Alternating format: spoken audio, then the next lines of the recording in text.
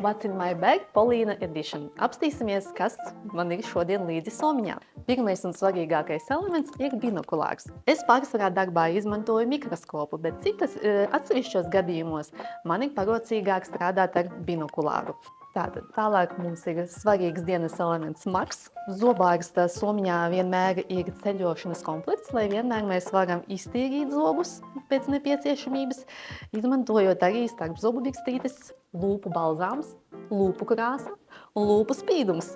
Svarīgs elements ir arī austiņas, jo ar diploma iegūšanu zināšanu papildināšana neapstājas. Mēs pastāvīgi papildinām savas zināšanas un bieži vien ceļā uz darbu ir iespēja paklausīties kādu labu lekciju. Mediķim vienmēr ir līdzi arī kādi medikamenti ārkārtas gadījumam sev un kolēģiem, kā arī matu ķemme un sprādze, stilitola košļenes, vēl starp zobu birstītes un pūderītis, lai ikdienā izskatītos svaigi.